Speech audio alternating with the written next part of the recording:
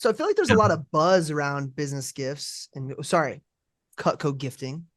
And there's never 100% success rate. There are reps that even went to Summit that will not succeed at business gifts this year. That's just a Yeah. fact. What's going to be the hard reality for somebody who is December of this year and they're nowhere near their Cutco gifting goals they set at the beginning of the year? What do you feel like is what's if you had to pick a reason or two why somebody wouldn't have the success in Cutco gifting this year that they were planning on? What might those be? So number one would be, if you have a top performer, someone already shipping 500K plus in a year, the biggest thing that we're seeing trend with reps and their ability to be implementing this layer of the business as efficiently as possible has been just they're already at full capacity. And so in order to say yes to this business gift layer, they need to say no to other parts that they've already spent years and years and years building out. Well, if you're going to commit to this program, we need to delegate, restructure, reframe, taking one step back to take 5 steps forward. So this is a top producer concept. And that really comes from having ultimate alignment with your longer term goals. And that is a very challenging thing to do. But from a top performer, that's going to be the biggest reason. Let's just take someone else on the other end, really entering into building out the layer. It's going to come down to one thing, and that just comes down to consistency. What we're finding is, how does this look for someone that maybe is good at sales or has a good potential, but maybe just doesn't have that same, maybe go-getiveness? It comes down to 8 hours a week, 1 day a week. It's crazy to say that, but at the end of the day, if those people are working on their script and pitch, updating one system, and then hitting their active pipeline with follow-up once a week, most weeks out of the year, insane things happen. Thanks for joining us on the CSP Hot Hands 60 Minutes of Fire podcast. My name is Brett Wiggins, and I get to serve as your host. So what is a CSP? CSP is a Cutco sales professional. There are a lot of them out there, and they've all got a different answer to the question, why do you sell so much? Our mission is to find out the answer to that question from as many of them as possible. These next 60 minutes are designed for Cutco sales reps who desire to learn from our best in the field. So we interview top sales professionals from around the country with questions provided by their peers to make all that happen. 60 minutes of fire means we get straight to the point. Let's do it.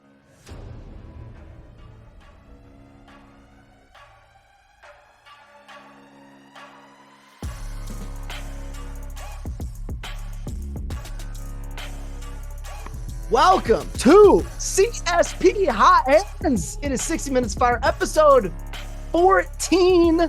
I am excited for our guest today. He's a big fan of good times.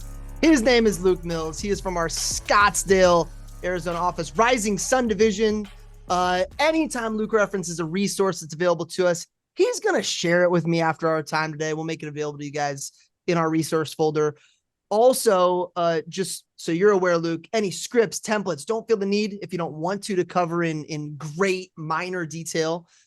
We can spend the bulk of our time on these hard-hitting questions the CSP community has put together for you.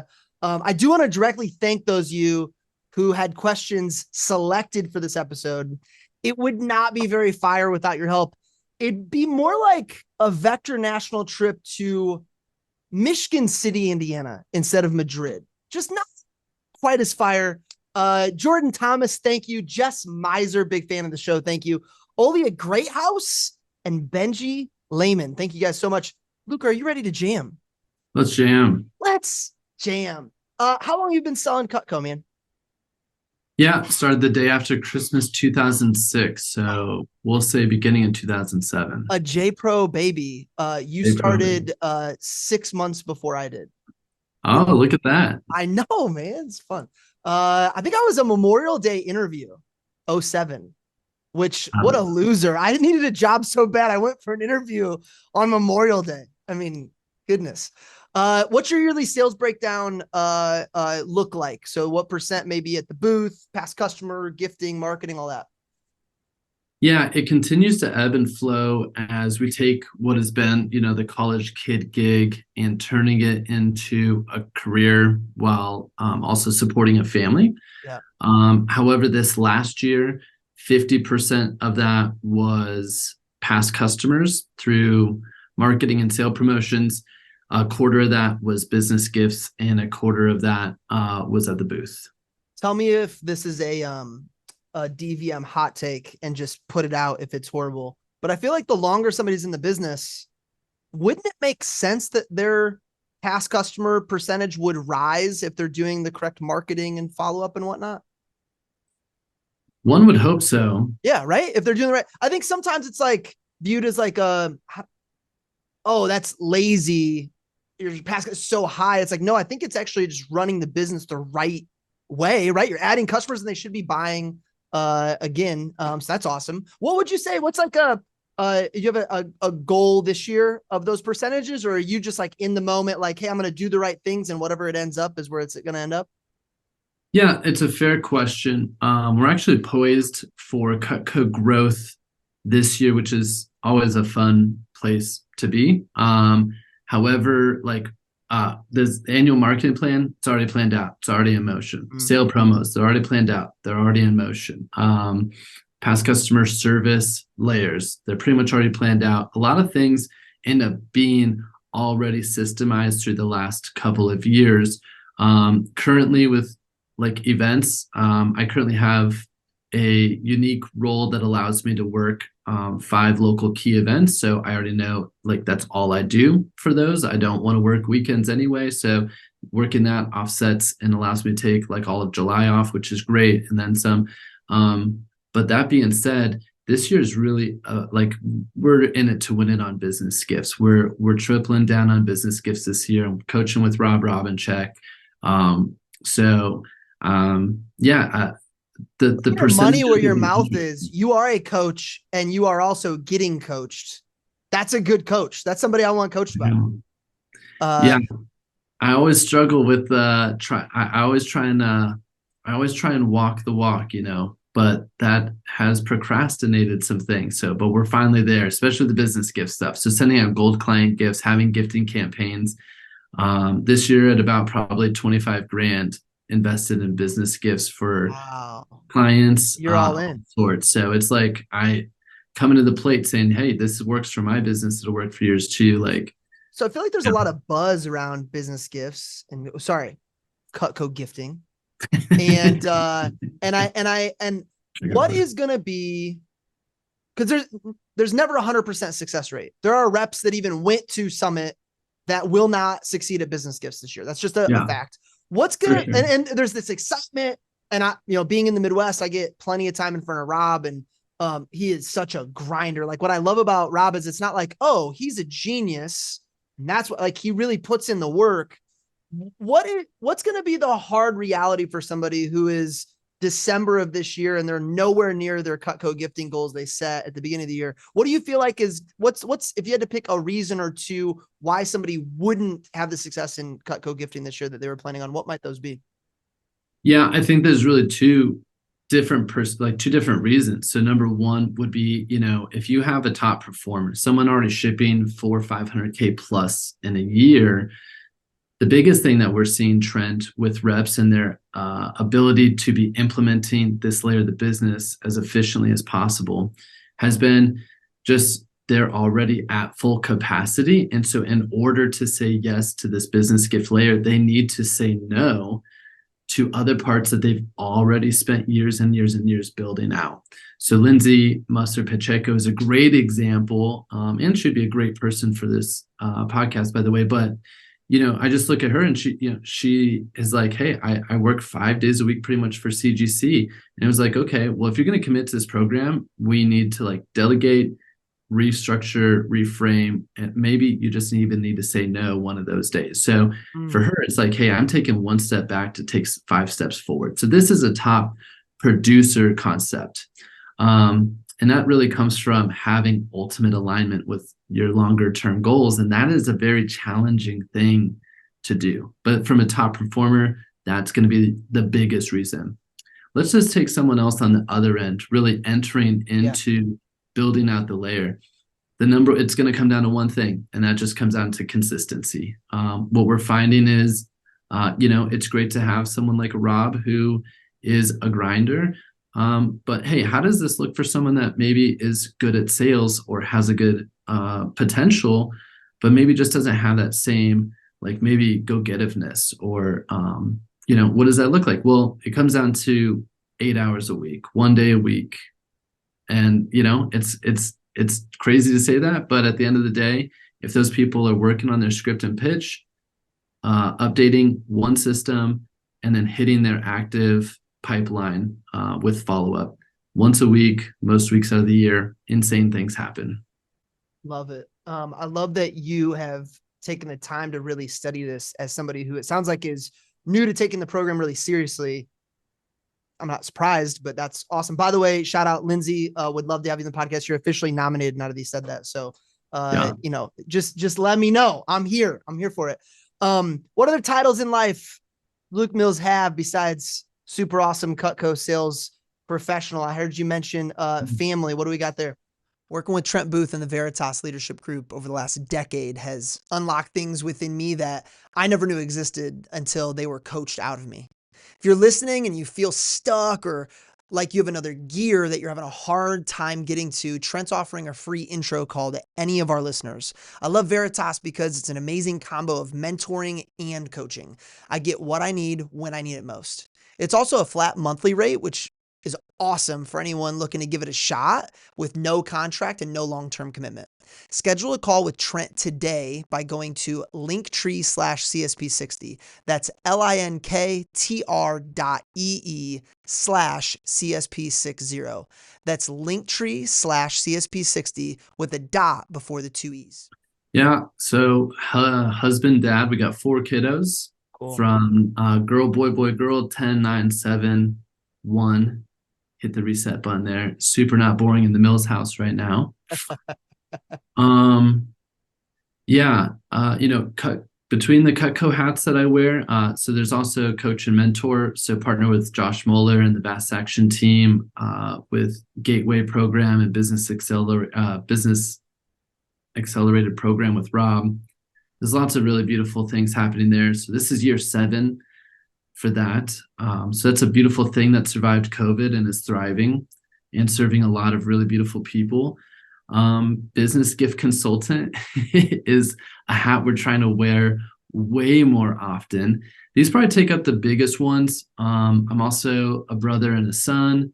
I'm a son of God. So there's That's a lot right. of good hats to be worn. Amen. This is just 2 brothers hanging out on a podcast. That's all we're doing, man. I am also part of the large family for 2024 crew. We got 5. We just had twins. They're 3 months. So we're all girls. So and we're officially done. So we will stay all girls. I feel you on people ask like, how's life? And you're like, I'm gonna need a moment to think about what life is, because it's just so bang, bang, bang.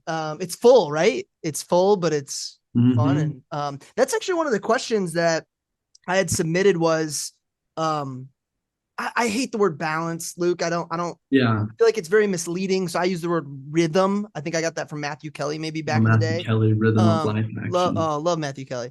My favorite first page to a book I've ever read is Rhythm of Life, saved on my desktop.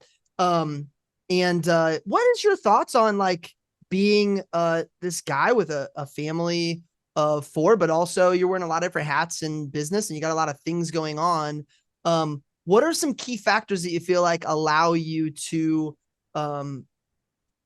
be able to not just maintain, you don't want to maintain, just be a good enough dad or a good enough husband or a good enough business person. It feels like you're consistently growing from what I know about the business. And still maintain that great family dynamic. What are some keys for those CSPs out there that are going, man, is that possible? Yeah. It's more possible now than ever before. And it continues to become more and more possible. And it's currently happening around the country more than it ever has before. Yeah. But also with that comes, with that new territory does come new struggle. And I do still see and know people who are struggling through this actively. And, as much as we can chum it up here, we both go through our own battles at home when the camera is off and the microphones are turned off, 100%. Sometimes I'm like so insecure about speaking on anything that's recorded because I know my wife could hear it. And it's like, well, she knows I don't mean all perfect or anything like that, but yeah, it's real, right? Like that's a real thing. Real. Yeah. So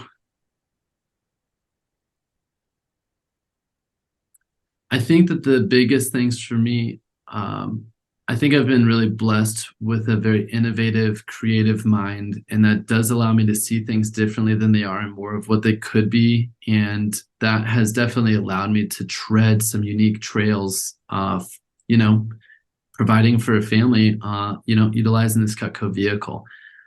Especially at a time when I was very new, when I was just up and coming. Like CSP did not exist when I first started selling. And that was actually a very interesting thing. CSP was pretty brand new when I was deciding to go district or CSP. And so I still stand on the shoulders of giants, Josh Mueller, Jason Jeffrey, Curtis J. Hughes, and many, many others. But man, that Southwest lineup is that's like a 5-star, dinner, right? That's a couple Michelin stars. You guys have a pretty great crew out there. You partner that with Wes Frank as a district manager, now DVM. And yeah, I was in a very blessed place at a blessed time. So yeah, man, long-term sustainability. I would say number one, like don't get too attached to anything. At this point, I have a service team, and one of the biggest things people say, hey, we've lost, like, no one that we know has had a successful service team. Like, how do you have a successful service team? And I say, I let them keep the CPO. So letting go of things that matter for things that matter more has been really what has unlocked long-term sustainability during this transition here. I would also say just partnerships. It's a really wild thing, but having just very clear focus on my core values and where I want to go, and aligning with other people who share those core values and have a similar trajectory. So, I think about my wife, Caitlin, like on a household thing, like nothing would be anything where it's at right there, right? I often talk about how, coaching was already fairly unsustainable by myself.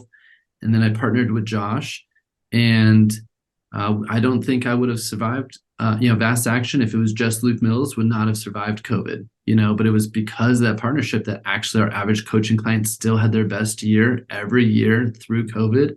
And we continue to thrive beyond COVID from that. And that's crazy in a sales world, especially in direct sales, when all of our events dried up in literally for like 3 weeks time, to still have that kind of growth that came from a partnership. I think about Business Gifts, my partnership with Rob Robinchek. I think about just kind of the mentors that I have through books and through different training facilitations outside of Vector. This last year I invested 6 months of coaching with John Israel to work on my business gift message. And so for me, it's really about not getting attached, creating just airtight, just have my back partnerships. And yeah, just being open, just the unrelenting focus of understanding what could be implemented today that will pay dividends for years to come. And in many cases, that comes down to a time and an effort and a focus investment, much more than it's been a financial investment. And I think that sometimes it's hard for people to navigate that or articulate that or prioritize that. But those for me have been the biggest things that have allowed this to still exist and not be stressed out all the time, and definitely not feel like I'm alone, I think one thing that stuck out to me is, I'm not saying it doesn't exist, but if it does, you're actively fighting it. The fact that you've really taken your ego out of a lot of those decisions. You've decided what's important in terms of, like, with your service team.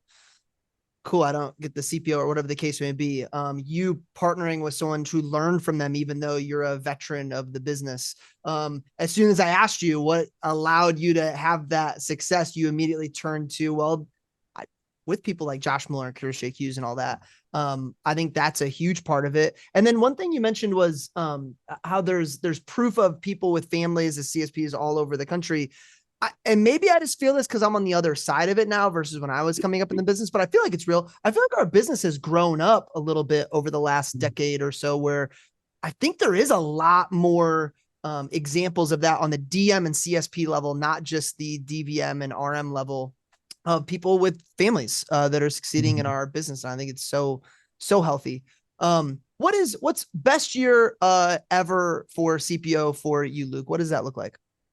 Best year CPO, Yeah. 2019, and that was 319,000. Awesome. Last fun thing you did besides slinging blades, what was it?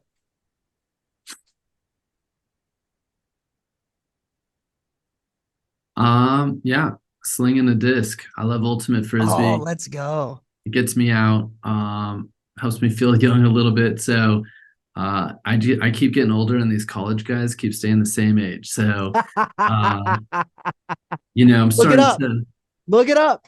it's And great. what's something in the works right now?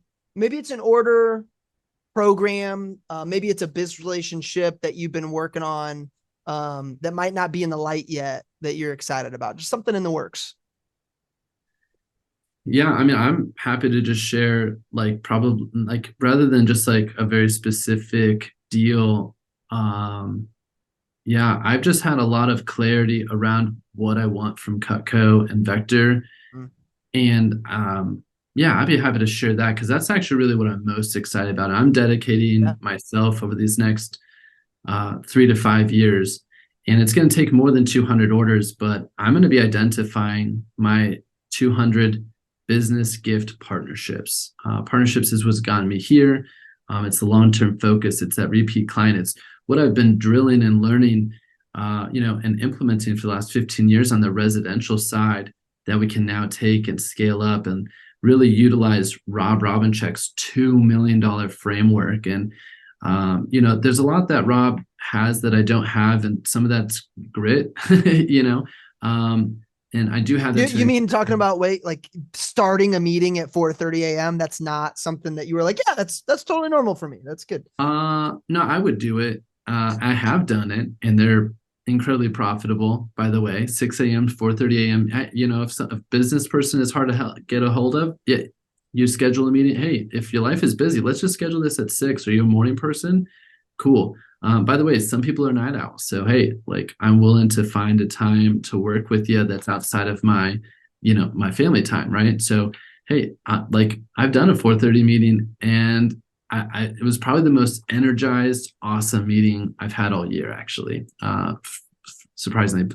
But I digress, right? The goal and the vision here is, who are my 200 partners that are mutually benefited from this relationship through the tools and the vehicle of Cutco, to appreciate systematically their most important relationships, right? And, the numbers speak for themselves. You got people ordering, anywhere from like $5,000 to $20,000 a year, and you immediately unlock $1 million plus in as little as 200 relationships. And I just see, I would much rather have, a 200 person CRM that I'm actively engaged with and that's driving referrals to me than, a 10,000 person CRM.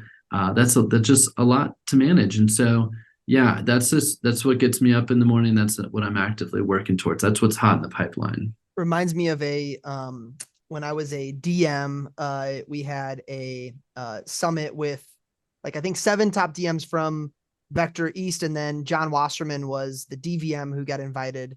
And we were talking about the $1 million summer from the manager side. And a lot of people were focused on recruits, that number. And the recruit numbers we're talking about were massive, just huge. And I remember John going, I just can't wrap my head around that. But a 5K PPR, which was basically double what any of us were doing, he's like, I can see that clearly. And it reminded me of you saying, like, I that doesn't excite, the 10,000 person CRM doesn't excite me, but man, 200 that are doing X each year, that you can, and it just reminds me that there's so many ways to do the business, and whatever is true to us and whatever we've been wired to do, like lean into that. And one of your strengths is past customer business. And I've definitely heard, I might get it wrong, but I believe I've heard many of my CSPs say something along the lines of, the fortune is in the follow-up. Am I saying that right? Is that what's the I'll take the fortune, man. Okay. All Let's right. do it. Hey, thank you. Thank you. There are so many jokes about bad follow-up from using terms like circling back and like just checking in. How do you reopen a conversation with a hot list client that to warm them up on just saying, hey, last time we talked, you told me to call you about blank. Is there anything that is a go-to? Is it always organic, specific to that person? What does reopening that conversation look like so it doesn't sound just cliche? Yeah, I think this is really the first time that, not the first time, but a deeper level, a higher level of impact that like answering that question in our community has really been coming around. And the deeper we dive into like researching that answer, what we have found is that best practices are always having clear expectations of what is next. Right. So they say like ham bam, have a meeting, book a meeting. Like that's not just like a concept, like that's a reality, and the top performers are doing that, right? Like, when are we talking next on this? What are we talking about? What are our objectives there, right? Number two is commitment to notes. And I think that this is a very underrated thing in our Cutco community. It's very easy because it's not the thing that our outgoing, weird salespeople love doing. And it's hard to do things that we don't love doing, right? When it's not easy. But what we're finding is by taking active notes, showing that we are active listeners, that we do care, and that we're professional, just allows it to not be restarting a conversation. You're actively continuing a conversation. So it's really not, it's less about restarting and it's more about continuing. And so when you think about it in that way, shape, or form, you just have to ask yourself, like, what are the systems, skill sets, and habits that I need to have that aligns with that? And that's been a big onboarding process for people doing, for example, business gifts for that matter. But I just love Philip Tice. He just had a video put out this week from the CGC team, and it was just like some tips on the note taking. And one thing that he said that really struck a chord, I really love this, was it's really hard to build a long-term relationship when you're constantly rebuilding the foundation every single time you connect with a client. And I think that note-taking, commitments to planning out next steps and scheduling the next time to talk eliminates a lot of the, I'm following up like I promised, I'm circling back, I had a second to connect, to touch base. That, by the way, those things do still happen, and you still do need to do those things. But structurally designing yourself to be set up for success and thinking about what's next can save so much time, effort, and energy in that unnecessary wandering of, I think we should follow up. Should we follow it? Like, I've reached out to them 5 times. I haven't heard back. Is that bad? Which it's not, by the way. But yeah, there's a lot we could talk about on all that. Well, yeah, because is there a send off? How does one conversation end that causes it to be continued beyond just, hey, we'll talk in X amount of months or whatever the case would be? Like, is there a send off, whether it's at the booth or on the phone, when you see them previously, that sets up that expectation? Or is it truly just more of a mindset of, I'm continuing this conversation? Do you feel like you're preparing them in any way for what it's going to look like ahead of time? Expectations are so crucial. Yeah. Just think about it at home. Like, so many reps, the first thing we teach on service calls with our gateway program is, if my wife booked, the dishwasher repairman to come over, I don't expect to sit down with him and get sold on why I should replace all my kitchen appliances with him. Okay. Right. So good, dude. So like, properly setting the expectations of connecting with who the cook is and letting them know that, like, there's no purchases necessary, but a lot has changed since it's last seen Cutco. We're going to review a summarized version of what's new, and depending on the status of their knives, actually make some recommendations to help keep their knives sharper longer and help keep them in the kitchen happier, right? It's like that. And by the way, if you do end up seeing something that you like for yourself or for gifts, like most people, there are some incentivized savings available too, right? So like, without that this is just one example, but Yeah. if you're listening to this and that's not setting your, if you don't feel like service is going well, ask yourself if you're setting expectations right. That's a great step one. Where does Okay. that fear of setting proper expectations come from? Because I feel like most people know they should do it or do it a little more in depth than they do. But for whatever reason, there's this hurriedness with where do you think that comes from? Or is it more of they're unaware that it's necessary? Yeah, I think most people have just never actually seen it done well.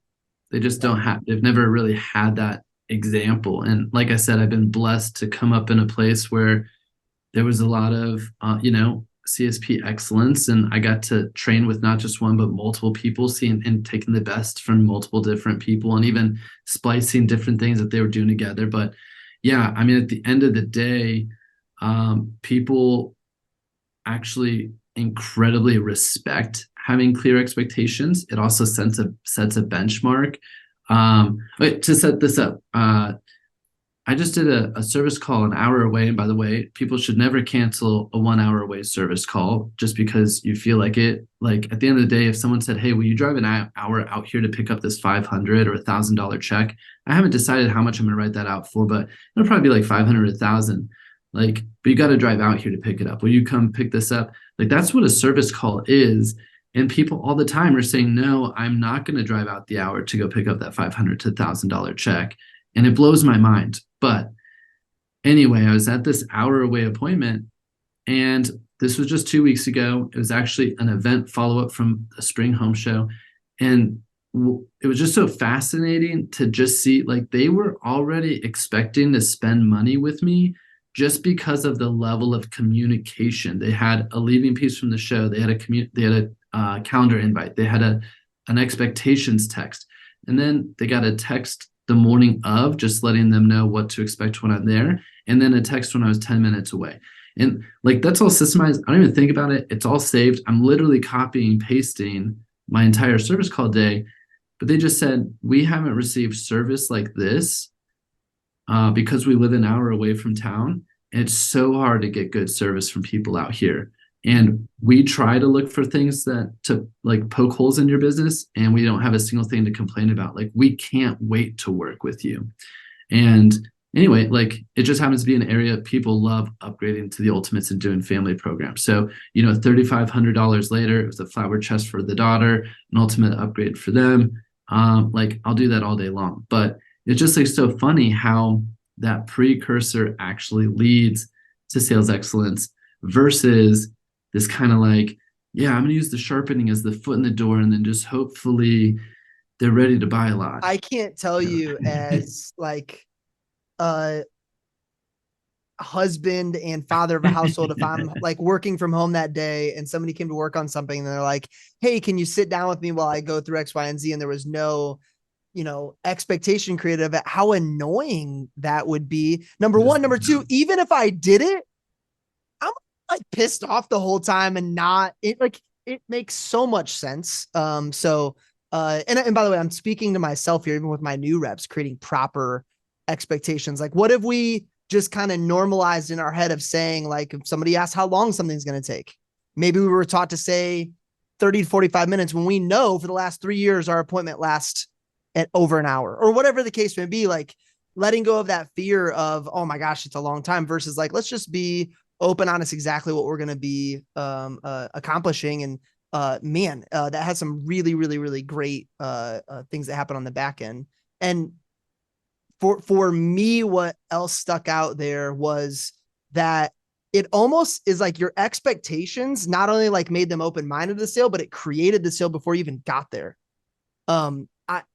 I think that you starting that service call with that mindset had to feel great, had to feel comfortable. You going into closing, it just, the comfort level was at 100%. Total open-ended question here.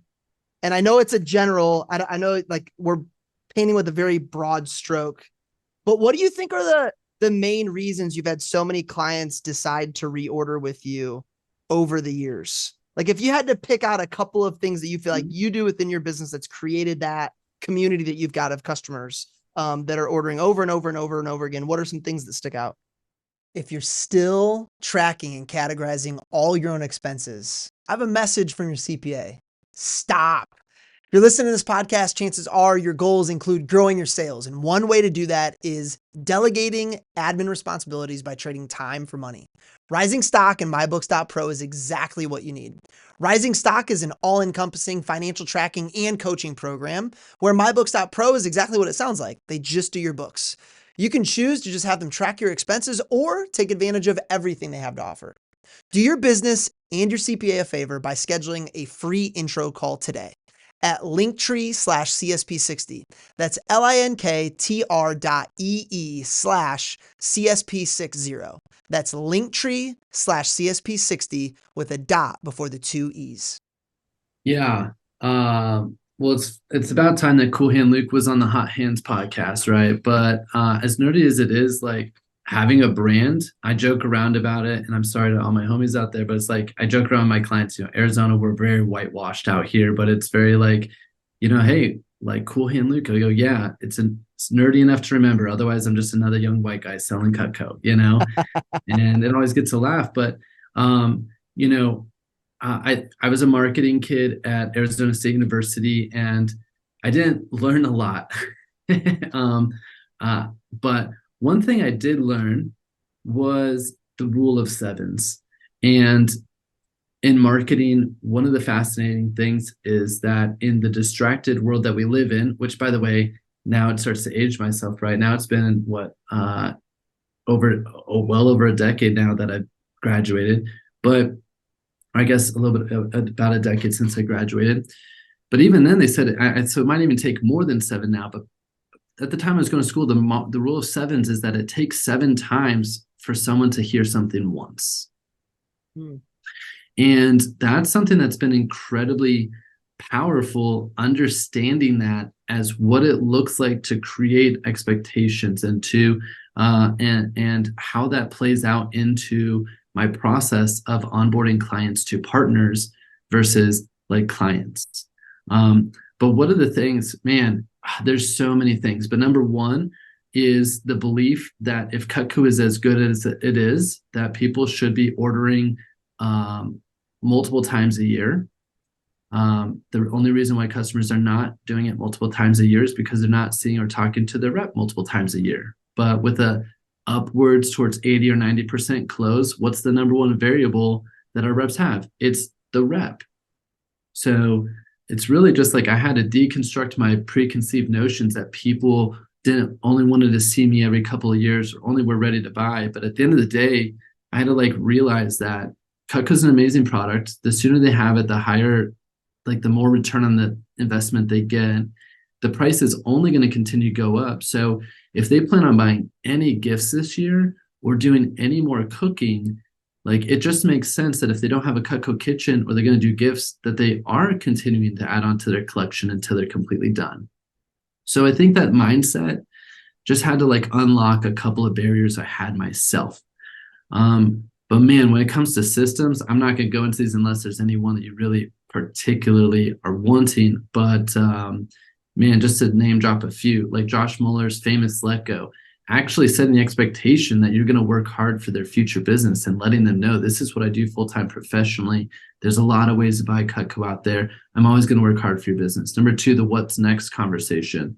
A tool that didn't come out until actually only a couple of years ago, and I wish I had this early on, was, and I don't get sales credit for these, so I can properly advertise these for Fast Action Marketing, nice. Is the Cutco quad folds. If a client doesn't know that you have cookware, that's not their fault, that's our fault, right? And so I just love that these give a bird's eye view of the other products and programs that we have available to customers right at that closing conversation, and then just focusing on what's next, kind of keeping that conversation of, hey, where do we go from here?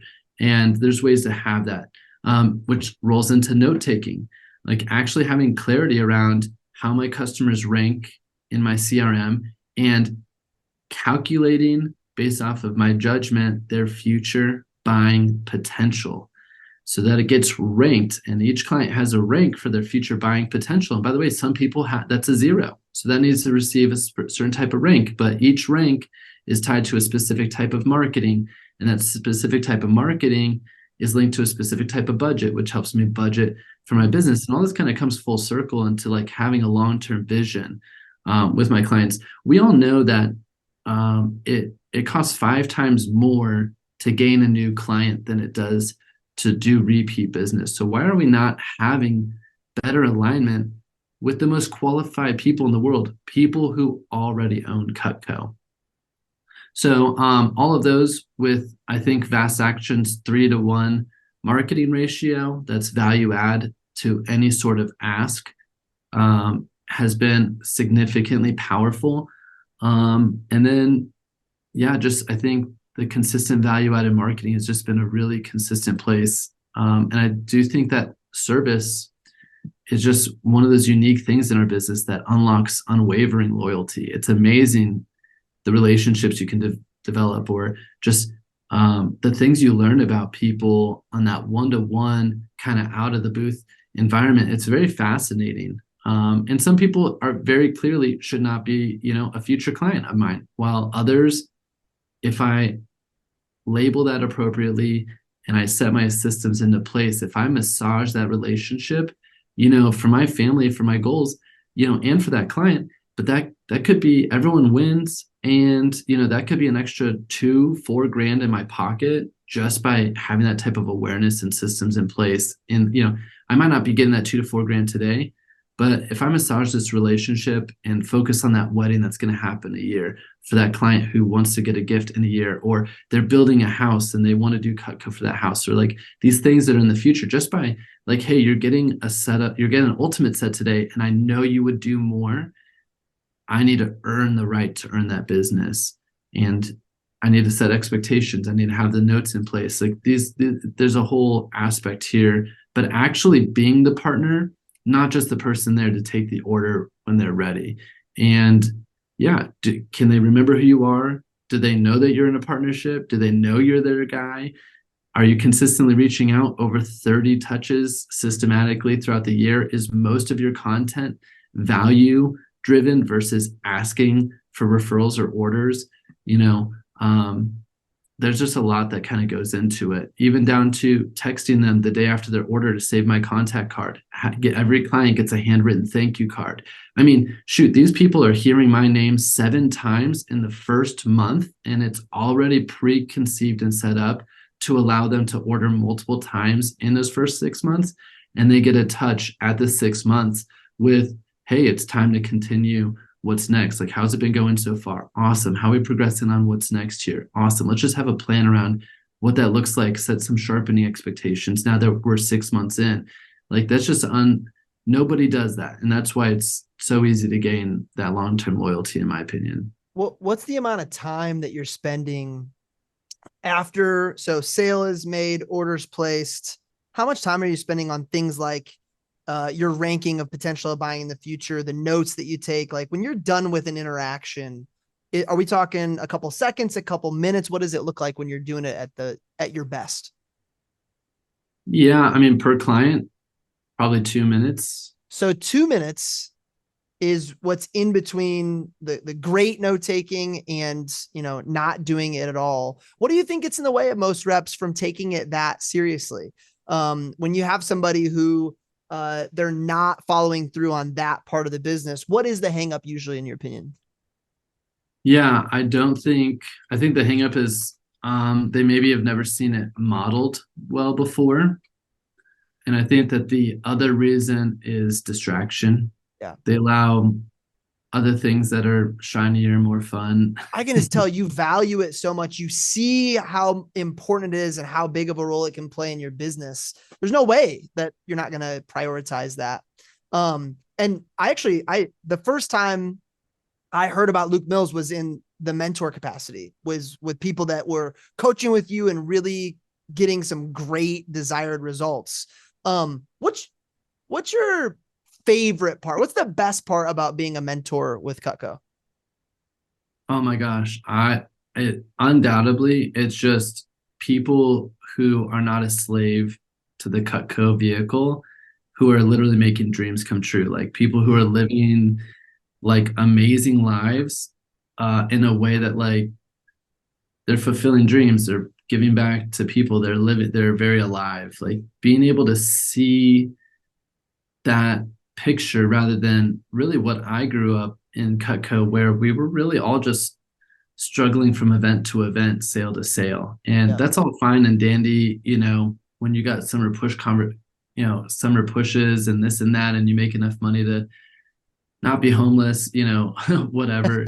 um, but at the end of the day, uh, yeah, I mean, I love seeing the people building their families, buying houses, getting debt free, investing. We just had a couple people who gifted their family, like their parents, $1,000, or gifted like people on their team or people in their lives like $1,000.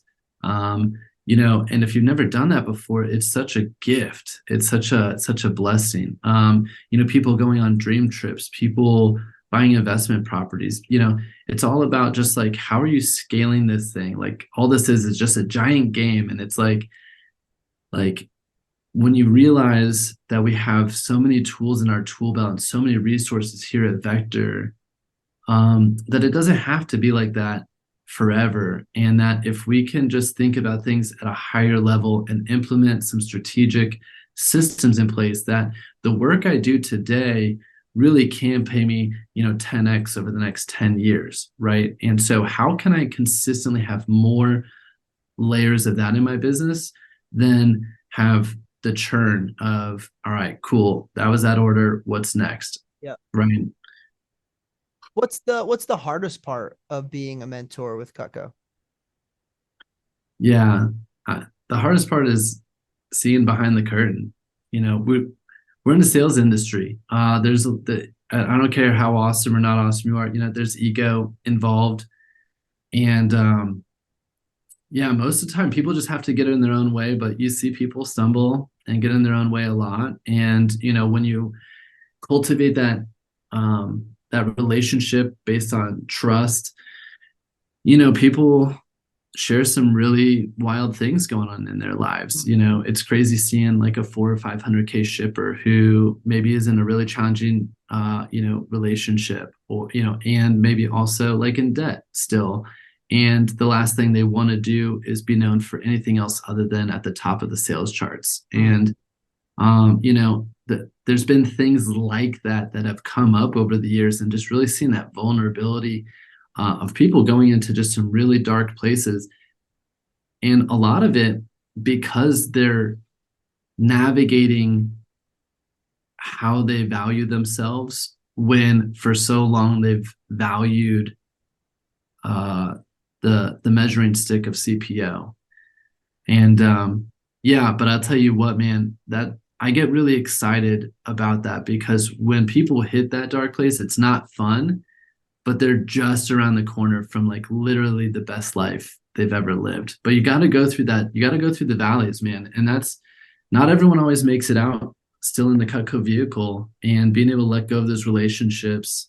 That's tough. That is tough. But it's just part of the journey, Absolutely. Absolutely part of the journey. And I think that, whenever they're going through something, any of us, whether they're still here or not, or whatever, it's so awesome to look back and see what they learned or what we learned through that process, and how it did propel them into whatever's next. And there are so many times where we were meant to learn something through whatever that moment was that we needed to get us to that next level that we were hanging on to, that we had to let go. And you work with a wide range of Cutco reps. I mean, you're not working with, you're not talking to anybody on day 10 of their fast start, I don't think.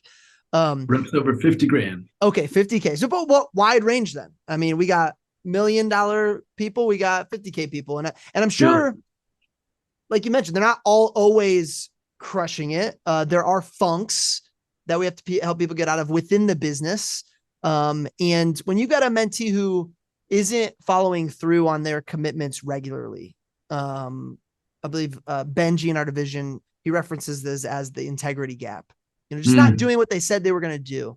What do you think most people who are in the mud with that, what do you think they need to hear most, or need to understand, or what do they need to be asked? Like, what helps them kind of jolt out of that? Yeah, crazy, right? How can, as an influencer, how can you shorten that curve? Yeah.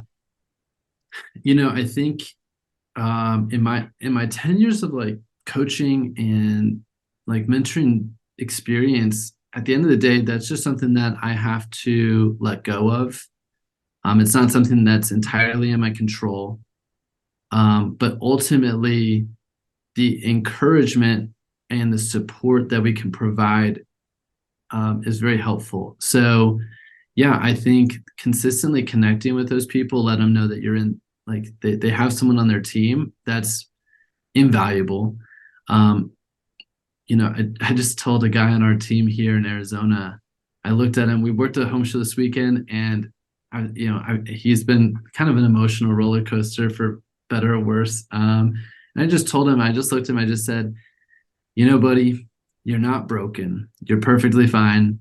And I just want to let you know that you're doing a great job. That's all you need to know. And he just said, that's exactly what I needed to hear right now. Dude, it's so like just the some people just need to be reminded that I'm in your corner. I'm rooting for you. I will never forget one of my hardest times in the business was after my first full year as a DM. And we had a great week one of the year with January program. Probably had a Luke Mills-esque rep in there or something. We did like 50K week one. Awesome. The next week we did $3,000. And I remember it just, yeah. Speaking of push weeks and no systems, and then it just spiraled into like, oh my gosh, it's time to start summer, and I'm nowhere near mentally ready. And I will never forget, we got horrible starts to the summer, and I got a voicemail from Jeff Bry. I actually, probably thinking back, I probably saw him calling and was like, I'm not answering that right now. That's not happening. And he just said, hey man, I know it's not been the start to summer you wanted, but I just want to let you know you're still my guy. And that just, he didn't fix any of my problems. He didn't teach me how to get better at the interview or training or whatever. But man, just knowing someone was rooting for me was like, okay, let's go cry it out, get back in the office. Let's do, it really was so much more helpful than what we might think of in terms of like, what do they need to hear? Like sometimes they just need a hug, how about, we've had this happen a couple times, in our division recently where we'll have a veteran rep who maybe once they were really, really good at something like service events or service calls or their home show. And all of a sudden they just start struggling with something that they once I would have called them and they would have referenced themselves as like a top performer at. Mm-hmm. Thoughts for anybody that like all of a sudden, I don't want to say they suck at something they weren't good at, but that's how it feels. Like, it's like, man, I used to be really good at this. What happened? Do you see any trends with that when that happens to a veteran rep? Yeah, we can definitely be our own hardest critic sometimes. Yeah. Yeah, like number one, just don't let the intrusive thoughts win, right? Children listen to the first thoughts, mature adults listen to the second thought, right? So just so you know, all the heroes in Cutco and out of Cutco all have negative thoughts, intrusive thoughts, invasive thoughts, like self-doubt thoughts. However, I think that the champions are either one, too broken to like rationalize that and just default to positivity, I guess, or two, like me, it was like a skill. I had to like learn how to navigate those thoughts and realize that it didn't have to end with a period at that thought. That there, Cutco and Vector and my mentors have really taught me that, there's more to it. Yes, that might be true, but that's not the end of the truth of that. There are actually more truths, and in some cases, there's actually far more positivity than negativity. I just happen to notice maybe something negative first, right? At the end of the day, though, those people, I lost it, right? Like, I was the man, I'm not the man. It's so funny how that hearing you say it out loud too is like, that's so dumb. It's not true. Like hearing you say it, it's like, no, you didn't lose. Yeah. Like, did I forget how to do this Cutco thing? Oh man. And there was times when I did have that thought, and it was people surrounding me saying like, dude, like, don't let that lie win. Like, obvious, like at the end of the day, your results came from a series of focused actions. And I bet you that if you were to reflect on like what you were doing at that time to set up the results that you were having, and then you were to recreate those actions, I bet you'd be pleasantly surprised with what's going on. But something's happened between then and now that you just haven't identified, and therefore you feel entitled to the same results, when in reality, you might be straying from the path, buddy. Even if you have all the ingredients, even if you have all the ingredients, you got to put them in order, right? If you have all the digits for a phone number, but you dial one number out of order, you're not going to get the result you want. And so, like, just realizing that it is actually far simpler than we oftentimes make it, and just simple 10, 15 minutes of reflection of what was going on. What was my success strategy then? And it's so fascinating to see people ask themselves that and go, well, I was making 20 calls a day. Okay, well, how many calls a day are you making right now? Like, I don't know, 5 or 6. Okay, well, what changed? Why did that happen? Actually, now that you mention this, I'm actually not surprised you're getting these results. It actually makes complete sense. In fact, what do you think would happen if you went back to making 20 calls a week, right? I'm way too soft on this conversation, man. You're really you're encouraging me to go deeper, because I'm like, well, I'm doing the exact same thing. Okay, let's look at something else. It's like, let's press into that a little bit more. Like, let's look at the facts of this. Yeah, don't worry. I already told 2 people to put on their big boy pants before this call. So, by the way, shout out to Luke for putting in his. I just saw this in the chat. I think Benji probably asked for it. You've shared, because you're here to share, man. There's no secrets. Here to share. Your service appointment text that goes out to customers. I'm assuming this is day of, morning of, or day before your appointment. First text is at the time the appointment is scheduled. Got it. Text confirmation, and the second text is the morning of text. So feel free to use these guys. But if you want to know the type of verbiage, the type of tonality that happens here, this is exactly the expectations that I set. This has been a very big aspect of meeting or exceeding expectations. I mean, at this point, people know that they're just so grateful that you set clear expectations, and when you follow through on those, it's just an award-winning strategy that I've found. I'm gonna save. It's gonna be in the guest resource folder, guys. But I was about to say, one of my favorite parts is in the second text. I think you're saving yourself and them a whole lot of time as well, so you can get down to what you're there for, which is service, and then being able to walk them through what they're most interested in. Just great. It's just so obvious right away. Like, okay, that makes sense. So for those that aren't seeing this, just so you know what Brett's talking about here, in that text that'll be available in the resource here I already planted the seed the morning of that. If I'm running ahead or behind schedule, that I will reach out. Oh my gosh, do you know how much headaches that's like saved me? Just like letting people I'm just giving myself a little bit of slack, if I have a really great appointment or driving's a little bit further than I expected, right? Also, direct link to my portal for the spring 2024 catalog. I want them thinking and looking and drooling over Cutco before I even show up. Also, I've got 2 YouTube videos, which, by the way, check out Kitchen Guy Luke on YouTube. Please feel free to use all those videos. But we got to do some cool stuff when COVID was here and had more time.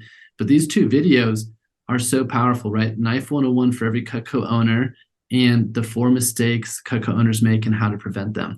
I don't have to be building value during the appointment anymore. I get to focus on them and focus on the Cutco. Like, literally all of that, the repetitive, don't use a paring knife on the cutting board, or don't use your veggie knife on frozen foods, meats, and bones, right? These little things, like, I just realized it's the same thing every time. So what can I do that's repetitive, that gets out in front, and make it easy for the client? And by the time I walk in, they've already actually rabbit holed my YouTube channel, and they're like, oh my gosh, I saw that bony knife and that veggie knife video. I already know I want those. And that's how I want to enter an appointment. At a minimum, with, I don't know if I'm going to get something, but if I see something I like, I would be open to getting it. if you're not intentionally helping getting your customers to that place, then there's massive amounts of CPO being left on the table. It's so good. I can't wait for you guys to see it. Luke, what's something that I should have asked you today that may have helped our team the most, or an area we didn't dig into? Anything you're like, man, this would have been good. Yeah, man. I honestly, outside of Cutco and Vector, I recommend that you guys just schedule fun and get really good at planning fun as a repetitive aspect into your business plan, or like into your life plan.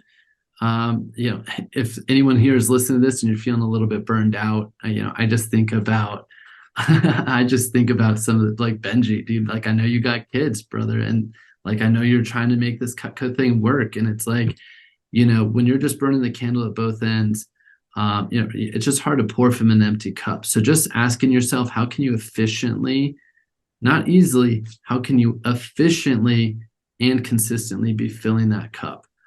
So for me, prioritizing multiple due times, like exercising, working out, I think that's really important. I would say another thing is like getting really good at understanding what your business actually demands from you. A lot of reps like to think or want to think that their business is like super awesome, or like, oh, I've been here for 10 years, so this is how I think someone at 10 years should be running their business. And yet they still feel like they're taking guilty time off, or, maybe, they didn't have systems for, like, when we go to Madrid next week, like autoresponders for their email, and they get back and they're already 7 days delayed on responding to a client, when that's like really not acceptable. Right. And so getting really good at being effective of when you are and are not working is one of the healthiest mental aspects I think you could ever make, especially when it comes to longevity. Mm-hmm. And I'll end on this. And I was hanging out with my buddy. Actually, I'm not going to say any names, but I was hanging out with my buddy this weekend. He's got 2 little girls, and he has an older daughter. And I just, he was traveling, and he just said, hey, I said, hey, you got 2 little girls now. It's not your first rodeo. Your older daughter's 21 now. Like, is it harder or easier than you thought it would be? And his response was just so beautiful. And it just really articulates something I think that the Cutco community could really lean into. And that is, in some cases it's way easier. In other cases it's way harder. But ultimately, at the end of the day, I've just come to realize that regardless of what's going on the outside, like how I'm doing personally and how I'm effectively managing myself largely impacts what I think is harder and easier. And I just thought that was so impactful, and so some people here just need to really like hear and understand that, when you're thinking about long-term, CPO is powerful, but CPO is very temporary. And so I bet you that if your relationships were better, if your physical health and your energy were higher, if you had a thriving life that was worth living, that your business would probably be positively impacted, especially in the long run. And so, for anyone that's really struggling right now, I really encourage you to just take ownership of what you can control and take some steps right now. Write down one thing that if you did better. If I just wrote down the 3 objectives for tomorrow, tonight, rather than waking up tomorrow not knowing what I want to do with my day, like that sets you up on a different trajectory. Hey, I'm gonna actually, I can't trust myself to go to the gym, so I'm going to invest in a trainer. I'm going to invest in an accountability partner. Like, just, it's time to stop thinking about it and start doing. I think the older I get, the less impressed. I'm still impressed, but less impressed I am with somebody having one big year, and way more impressed with somebody that can have sustained success over 4, 5, 6, 7, 8 years and do it in a healthy way. There are people that will lose weight, gain weight as an example, because they haven't made it a lifestyle. It's like hey, let me real quick get this done as soon as possible, and then nothing else changes. Man, within our business, I think you've really proven, Luke, that you can decide to make it whatever you want to on the CSP side, and you can decide what you want your life to look like, and then build your Cutco business around it. And I see and sense the joy and calmness and peace in your life when I see you, when you speak, when I have conversations with somebody that you either mentored or a mentor of a mentor that spoke to that person that got advice from you.